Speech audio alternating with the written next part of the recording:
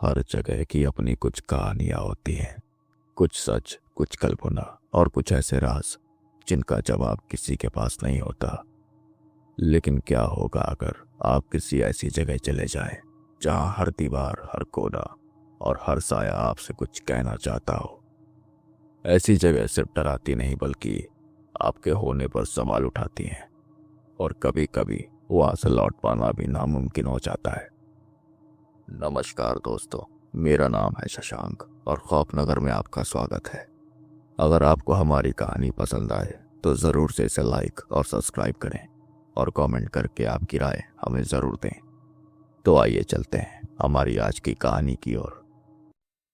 मेरा नाम रोहन दीक्षित है और मैं एक ट्रैवल ब्लॉगर हूँ। मैं आपको अपनी ज़िंदगी की सबसे डरावनी और अजीब घटना के बारे में बताने जा रहा हूँ, जिसे भुला पाना मेरे लिए नामुमकिन है। ये घटना आज भी मेरे दिल में एक गहरा डर और सवाल छोड़ गई है। ये घटना 2021 की है, जब मैंने अपने ट्रैवल ब्लॉग चैनल के लिए एक नई जगह एक्सप्लोर करने का फैसला किया था।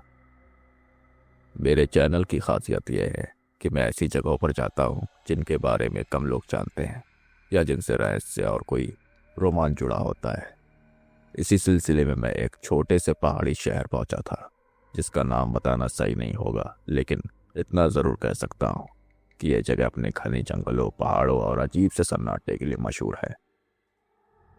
शहर तक पहुँचने का सफ़र आसान नहीं था। मुझे वहाँ तक जाने के लिए 3 बार गाड़ियाँ बदलनी पड़ी। पहले ट्रेन, फिर एक लोकल बस और अंत में एक जीप, जो मुझे पहाड़ों के बीच बने इस छोटे से शहर तक ले आई। रास्ते में उबड़ खाबड़ सड़कों और गहरी खाइयों के बीच से गुजरते वक्त कई बार लगा कि मैं सही फैसला नहीं कर रहा, लेकिन यह जगह देखने का मेरा जुनून मुझे आगे बढ़ा रहा था। जैसे ही मैं शहर में पहुंचा, शाम होने को थी। शहर में घुसते ही मैंने महसूस किया कि यहाँ कुछ अलग सा माहौल है। सड़कों पर बहुत कम लोग नजर आ रहे थे। कुछ दुकानें अभी खुली थी, लेकिन उनके मालिकों के चेहरों पर एक थकान और चुप्पी साफ झलक रही थी। मैंने दिन भर के सफ़र और काम के बाद खुद को थोड़ा थका हुआ महसूस किया। दिन भर जंगलों और पहाड़ी रास्तों में घूमकर मैंने अपने कैमरे में शानदार फुटेज कैद कर ली थी, लेकिन अब रात होने से पहले मुझे एक होटल ढूंढना था। शहर में घुसते ही मैंने इधर उधर नज़र दौड़ाई कि कोई होटल दिख जाए। हालांकि यह शहर बहुत बड़ा तो नहीं था, लेकिन इसमें पुराने समय की बात झलकती थी, जैसे यह शहर आज के टाइम के हिसाब से बहुत पीछे चल रहा हो। यहाँ की हर चीज़, चौड़ी पत्थरों वाली सड़कें, लकड़ी के पुराने मकान और जगह जगह घने पेड़ों की छाया, ऐसा लग रहा था जैसे ये जगह समय के साथ कहीं थम गई हो।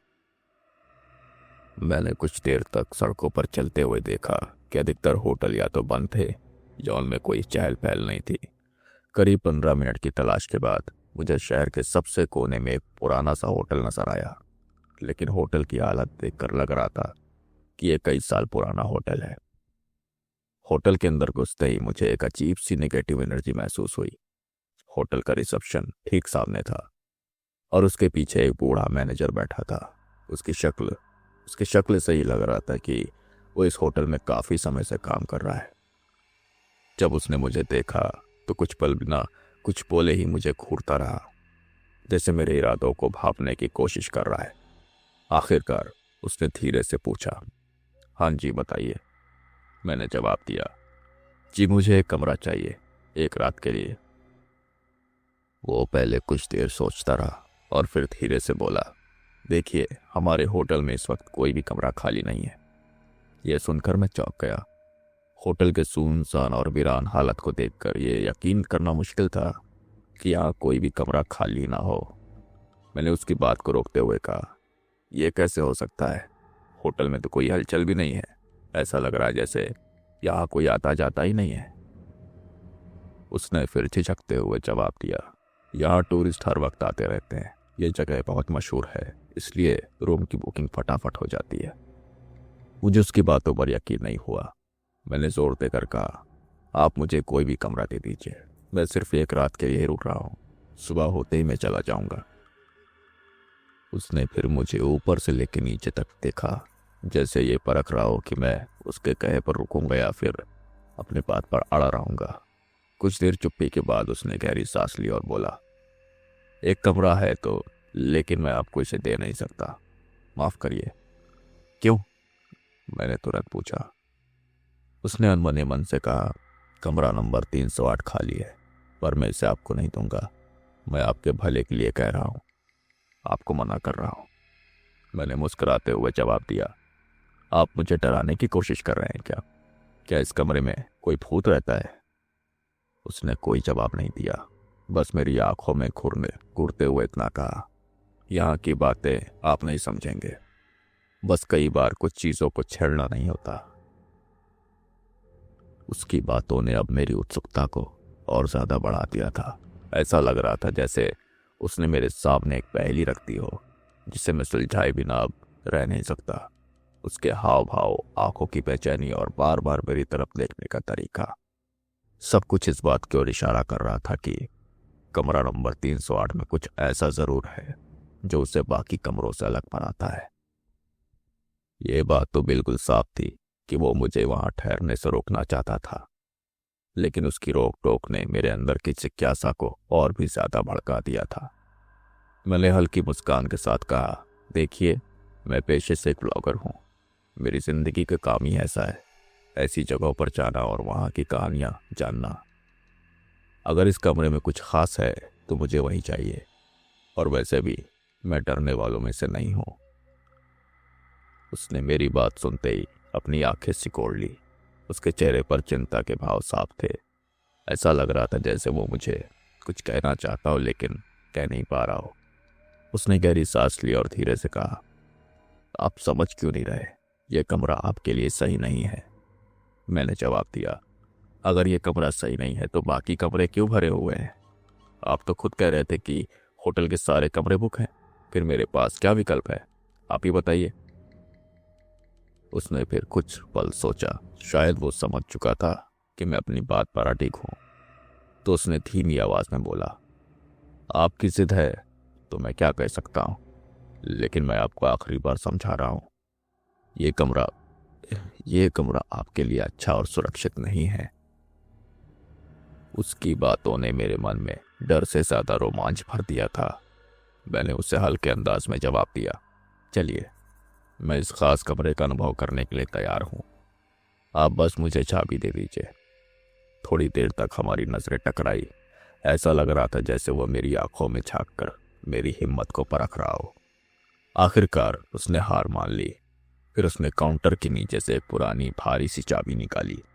चाबी के साथ लगा हुआ टैग धुंधला हो चुका था, लेकिन उस पर 308 लिखा साफ नजर आ रहा था। उसने चाबी मेरी तरफ बढ़ाई और साथ ही एक गहरी चेतावनी दी, रात को कुछ भी अजीब लगे तो बस भगवान का नाम लेना, और सबसे जरूरी बात, कमरे से बाहर मत निकलना, चाहे कुछ भी हो जाए। मेरा कमरा तीसरी मंजिल पर था। पुरानी लकड़ी की सीढ़ियां चढ़ते वक्त हर कदम के साथ एक अजीब सी चरमराहट की आवाज आ रही थी। दीवारों पर लटके हुए पुराने फोटो फ्रेम्स और जगह जगह की धूल इस होटल की उम्र को साफ जाहिर कर रहे थे। तीसरी मंजिल पर पहुंचकर एक लंबे अंधेरे गलियारे का सामना हुआ। गलियारा इतना शांत था कि सिर्फ मेरे जूतों की आवाज गूंज रही थी। कमरे का नंबर देखकर मैं दरवाजे के सामने रुका। 308 लिखा हुआ एक धुंधला पुराना प्लेट उस दरवाजे पर टंगा था। दरवाजे की लकड़ी में कई जगह से खुरचने के निशान थे। मैंने चाबी निकालकर लॉक में डाली। चाबी को घुमाने पर दरवाजे से हल्की सी कर्कश आवाज निकली, जैसे वो लंबे समय से खोला ना गया हो। जैसे ही मैंने दरवाजा खोला, एक अजीब सी गंदी बदबू मेरे नाक से टकराई। ये बदबू ऐसी थी जैसे वहां कई दिनों से सफाई ना हुई हो। मैंने हाथ से नाक को ढका और कमरे के अंदर कदम रखा। अंदर का माहौल और भी अजीब था। कमरे में हल्का अंधेरा था और जो भी थोड़ी बहुत रोशनी थी वो खिड़की से जा रही थी। खिड़की पुरानी लकड़ी की थी और तेज हवा के झोंकों से वह खुद ब खुद हिल रही थी। मैंने खिड़की को बंद करने की कोशिश की, लेकिन ये बंद नहीं हो रही थी। कमरे में हल्की सी ठंड थी, जबकि बाहर मौसम इतना ठंडा नहीं था। दीवारों पर सीलन के निशान और दरारें थी। छत पर एक पुराना पंखा लटका था जो शायद काम नहीं करता था। कोने में एक छोटी लकड़ी की अलमारी रखी थी जिसका दरवाजा थोड़ा सा खुला हुआ था। कमरे के बीचों बीच एक डबल बेड था जिसकी चादरें बिल्कुल साफ थी, लेकिन उसमें से भी हल्की सी गंध आ रही थी। मैंने सोचा कि यह सब एक पुराने होटल का असर है। मैंने खुद को समझाया कि यह कोई बड़ी बात नहीं है। मैंने अपना बैग बेड पर रखा और कमरे का जायजा लेने लगा। तभी मेरी नज़र एक दीवार पर पड़ी, जहाँ हल्की धुंधली लकीरें उभरी हुई थी दिख रही थी। ऐसा लग रहा था जैसे दीवार पर कुछ लिखा गया हो, लेकिन पेंट करने के बाद भी वो उभर के सामने आ रही थी। मेरे मन में हल्की बेचैनी शुरू हुई। मैंने सोचा शायद मैं ज़्यादा सोच रहा हूँ। ये सब पुराने और ख़राब रख रखाव की वजह से हो सकता है। अपने मन को शांत करने के लिए मैंने अपना कैमरा निकाला और कमरे की कुछ टिप्स रिकॉर्ड करने लगा। रिकॉर्डिंग के दौरान मैं हर कोने को ध्यान से देख रहा था। कैमरे के लेंस के जरिए कमरे को देखना और भी अजीब अनुभव था। जब मैं खिड़की के पास पहुंचा तो मुझे ऐसा लगा जैसे कोई खिड़की के पार झांक रहा हो, लेकिन जब मैंने कैमरे को हटाकर देखा तो वहां कुछ भी नहीं था। मैंने इसे सिर्फ अपना भ्रम मानते हुए रिकॉर्डिंग जारी रखी, लेकिन जैसे जैसे मैं कमरे के अंदरूनी हिस्से को रिकॉर्ड कर रहा था, मुझे ऐसा महसूस हो रहा था कि कमरे में कुछ ठीक नहीं है। कमरे की हर चीज़, हर कोना जैसे मुझ पर नजर रख रहा हो। वो बदबू भी अब और तीखी हो गई थी और ऐसा लग रहा था जैसे वो किसी एक खास जगह से आ रही हो। मैंने अपने मन को शांत करते हुए सोचा ये सब मेरा वहम है, यहाँ ऐसा कुछ भी नहीं है। लेकिन अब अंदर से एक अजीब सा डर मुझे घेरने लगा था, पर मुझे एहसास नहीं था कि ये सब कुछ उस रात होने वाली घटनाओं की सिर्फ एक छोटी सी शुरुआत थी। रात के करीब 1 बज रहे थे। दिन भर की थकान के बाद मैंने सोने का फैसला किया। कमरे की घड़ी की टिक टिक और खिड़की से आती ठंडी हवा की आवाज़ माहौल को और भी अजीब बना रही थी। मैंने कमरे की लाइट बंद की, लेकिन खिड़की से आती हल्की रोशनी ने कमरे में एक सिरन भरा अंधेरा फैला रखा था। बेड पर लेटते ही मैंने चादर अपने ऊपर खींच ली। बाहर का सन्नाटा इतना गहरा था कि हर छोटी से छोटी आवाज़ कानों में साफ सुनाई दे रही थी।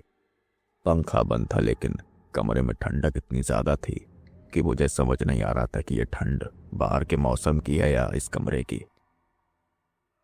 जैसे ही मैंने अपनी आंखें बंद की और नींद में जाने की कोशिश की, तभी मुझे महसूस हुआ जैसे कि कोई मेरे बगल से गुजरा हो। एक हल्की सरसराहट थी, जैसे किसी ने धीरे से मेरे बिस्तर के पास से कदम बढ़ाए हो।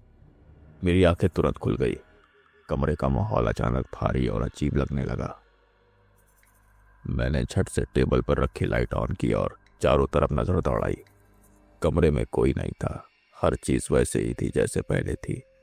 मैंने अपने मन को शांत करने की कोशिश की और खुद से कहा शायद ये मेरा भ्रम है, मैं थकान के कारण कुछ ज्यादा ही सोच रहा हूं। लाइट बंद करके मैं फिर से लेट गया। कुछ मिनटों तक सब कुछ शांत था, लेकिन तभी खिड़की के पास से एक हल्की सी फुसफुसाने की आवाज़ सुनाई दी। यह आवाज़ बहुत धीमी थी, जैसे कोई किसी से बात कर रहा हो। आवाज़ इतनी धुंधली थी कि मैं शब्दों को समझ नहीं पाया, लेकिन उसमें एक अजीब सी बेचैनी और डर था। मैंने धीरे धीरे खिड़की की तरफ देखा। खिड़की से बाहर एक झलक पाने के लिए मेरा दिल तेजी से धड़कने लगा। आवाज़ें अब और तेज हो गई थी, लेकिन वो कहाँ से आ रही थी ये समझना मुश्किल था। हिम्मत जुटाकर मैं बिस्तर से उठा और खिड़की के पास गया। जैसे ही मैंने खिड़की के बाहर झांका तो वहां कुछ भी नहीं दिखा। बाहर वही घना अंधेरा और सन्नाटा फैला हुआ था। मैंने खुद को दिलासा दिया कि यह सब मेरी थकावट का असर हो सकता है। मैंने खिड़की से हटने की कोशिश की, तभी अचानक एक ठंडी हवा का तेज झोंका कमरे के अंदर आया। हवा इतनी ठंडी और अजीब थी कि मेरी रीढ़ की हड्डी तक सिहरन दौड़ गई। और इससे भी ज्यादा डरावना था वो पल जब खिड़की बिना किसी के छुए खुद ब खुद जोर से बंद हो गई। उसके बंद होने की आवाज पूरे कमरे में गूंज उठी। ऐसा लगा जैसे किसी ने गुस्से में आकर इसे बंद किया हो। मैंने खिड़की की ओर देखा और महसूस किया कि वहां कुछ ठीक नहीं था। हर सांस के साथ मुझे ऐसा लग रहा था जैसे किसी ने कमरे में मेरी मौजूदगी को नोटिस किया हो। खिड़की के बंद होने के बाद कमरे में फिर से सन्नाटा छा गया, लेकिन यह सन्नाटा सामान्य नहीं था। यह एक ऐसा सन्नाटा था जिसमें डर और बेचैनी खुली हुई थी। मैंने बेड पर लौटकर लेटने की कोशिश की, लेकिन मेरा दिमाग अब भी खिड़की और उस फुसफुसाहट के बारे में सोच रहा था। मैंने तय किया कि चाहे कुछ भी हो, मैं कमरे से बाहर नहीं जाऊंगा। रिसेप्शन वाले मैनेजर की बात अब मेरे दिमाग में घूम रही थी। कुछ भी हो जाए, कमरे से बाहर मत निकलना। उस समय मुझे नहीं पता था कि ये रात मेरे जीवन की सबसे डरावनी रात बनने वाली थी। मेरे डर का स्तर बढ़ने लगा। मैंने अपनी आंखें बंद करने की कोशिश की, लेकिन हर बार वही खिड़की का बंद होना और वह फुसफुसाहटें मेरे दिमाग में गूंज उठती। मेरा दिल तेजी से धड़क रहा था और मुझे लगा जैसे कोई अनजानी ताकत मुझे इस कमरे में कुछ ढूंढने के लिए मजबूर कर रही हो। मैंने कमरे में चारों ओर ध्यान से नजर दौड़ाई। दीवारों पर लगी सीलन, खिड़की के पास का अंधेरा और कोने में पड़ी वह अंधुली अलमारी, सब कुछ अचानक डरावने लगने लगा था। लेकिन कुछ भी ऐसा असामान्य दिखा नहीं। मैं खुद को दिलासा देने की कोशिश कर रहा था कि शायद ये सब मेरे दिमाग का खेल है। तभी मेरी नज़र बेड के नीचे गई। वहां एक हल्की परछाई सी दिखी, जैसे वहां कुछ पड़ा हो। मैंने झिझकते हुए बेड की चादर को हटाया और बिस्तर की नीचे झांक कर देखा, तो वहां एक पुराना कागज का टुकड़ा पड़ा था। पहले तो मैंने सोचा कि ये बस एक कचरा है, लेकिन जैसे ही मैंने उसे उठाया, उसे देखकर मेरी उंगलियां जम सी गई। वो कागज असल में एक पुराने अखबार का टुकड़ा था। अखबार पर धूल की मोटी परत जमी थी और उसकी गंध ने साफ पता चल रहा था कि ये कई सालों से यहाँ पड़ा है। मैंने धीरे धीरे धूल हटाई और अखबार के शब्दों को पढ़ने की कोशिश की। उस पर बड़ी हेडलाइन में लिखा था, कमरा नंबर 308 में हुई रहस्यमयी मौत। पुलिस को कोई सुराग नहीं मिला। मेरी आंखों में दहशत भर गई। मेरा दिल जैसे रुक सा गया था। अखबार के इस टुकड़े पर लिखी ये बात ने मेरे अंदर तक डर को अचानक एकदम से बढ़ा दिया था। मेरी उंगलियां कांपने लगी और मैंने अखबार को करीब से देखने के लिए टेबल लैंप ऑन किया। अखबार के टुकड़े पर तारीख भी साफ दिख रही थी। ये खबर 10 साल पुरानी थी। खबर के नीचे एक छोटी तस्वीर भी छपी थी, जिसमें एक लड़की का धुंधला सा चेहरा दिख रहा था। खबर में यह लिखा था कि ये लड़की जो कमरे में ठहरी हुई थी, एक सुबह मृत अवस्था में पाई गई। मौत की वजह का कोई सुराग नहीं मिला और जांच के बाद भी पुलिस इस रहस्य को सुलझाने में नाकाम रही। इस खबर ने मेरे रोंगटे खड़े कर दिए। मैंने अखबार के उस टुकड़े को दोबारा पढ़ा, लेकिन इस बार और भी ध्यान से। उसमें बताया गया था कि उस लड़की की चीखें रात भर सुनी गई थी, लेकिन जब होटल स्टाफ सुबह कमरे में पहुंचा तो दरवाज़ा अंदर से बंद था। दरवाज़ा तोड़ने के बाद जो कुछ भी देखा गया वो इतना भयानक था कि स्टाफ का एक कर्मचारी तुरंत बेहोश हो गया था। मेरे हाथों में वो कागज अब भारी लगने लगा था। मेरा मन एक अजीब सी बेचैनी और डर से भर गया था। अचानक मेरे दिमाग में होटल मैनेजर की बात गूंजने लगी, कमरा नंबर 308 में मत रुकिए। शायद उसने इसी घटना के बारे में इशारा किया था। लेकिन डर के बावजूद मेरे अंदर का जिज्ञासु स्वभाव मुझ पर हावी हो रहा था। मैं एक ब्लॉगर था और मेरी जिंदगी का मकसद ही था ऐसे अनछुए रहस्यों को उजागर करना। मैंने ठान लिया कि मैं इस कमरे से जुड़ी सच्चाई को अब समझ कर ही रहूंगा। कुछ वक्त गुजरने के बाद मुझे बाथरूम से पानी टपकने की आवाज़ सुनाई देने लगी। जब मैंने बाथरूम का दरवाज़ा जाकर खोला तो वहाँ की दीवार पर किसी के खून से भागो लिखा हुआ था। ये देखकर मेरा दिमाग सुन्न हो गया। मैंने अपने कैमरे में तुरंत ये सब रिकॉर्ड किया ताकि अगली सुबह इस होटल मैनेजर को मैं दिखा सकूं। जैसे ही मैं कमरे में वापस आया, मैंने देखा कि घड़ियों की सुइयां अब अपनी विपरीत दिशा में घूम रही थी। ये नज़ारा देखकर डर से मेरा दिमाग चकरा गया। तभी कमरे की लाइटें खुद ब खुद बंद हो गई और तभी मेरे सामने एक काली परछाई उभर के आई, जिसका चेहरा नजर नहीं आ रहा था। बस सिर्फ वो एक काली परछाई थी। उस काली परछाई ने धीरे से मेरा नाम पुकारा, रोहन। उसकी आवाज मेरे कानों में गूंज उठी। मैंने हकीकत में पहली बार यह सब अनुभव करके मैं डर से कांप गया था, पर मैंने हिम्मत जुटाकर किसी तरह उससे पूछा, कौन हो तुम? पर उस परछाई ने कुछ भी नहीं कहा। वो बस खिड़की की तरफ इशारा करके गायब हो गई। मेरा वहां से भागने का मन तो कर रहा था, लेकिन मैनेजर ने मुझे चेतावनी दी थी कि कुछ भी हो जाए कमरे से बाहर मत निकलना। फिर मेरे दिमाग में यह बात घूमी कि अगर उसे मुझे मारना ही होता तो अब तक वो मुझे कब का खत्म कर चुकी होती। लेकिन अभी तक मेरे साथ कुछ नहीं हुआ तो शायद मैं इस कमरे में सुरक्षित हूं। लेकिन अगर मैं इस कमरे से बाहर निकल गया उस चेतावनी को न मानकर, तो शायद मेरी जान खतरे में पड़ सकती है। बस यही सोचकर मैं उस कमरे में रुक गया और सारी रात जाग के बिता दी। अगली सुबह जब सूरज की रोशनी के साथ सब कुछ सामान्य लग रहा था तो मैंने रिसेप्शन पर जाकर मैनेजर से इस बारे में बात की। तब उसने बताया कि कमरा नंबर 308 में 10 साल पहले एक लड़की की रहस्यमयी तरीके से मौत हो गई थी। वो लड़की कई रातों तक इस कमरे में बंद थी और उसके चीखने की आवाज़ें होटल के दूसरे गेस्ट ने भी सुनी थी। मैनेजर ने यह भी बताया कि इस कमरे को हमेशा के लिए बंद कर दिया गया था, लेकिन कुछ ही महीनों पहले इसे फिर से खोल दिया गया। उस मैनेजर ने मुझे चेतावनी दी थी, लेकिन मेरी जिद ने मुझे वहां ठहरने पर मजबूर कर दिया था। उस घटना के बाद मैं कभी भी किसी ऐसी जगह पर जाने से पहले सावधानी बरतता हूँ। वो रात मेरे लिए सिर्फ डरावनी नहीं बल्कि जिंदगी का सबसे बड़ा सबक भी थी।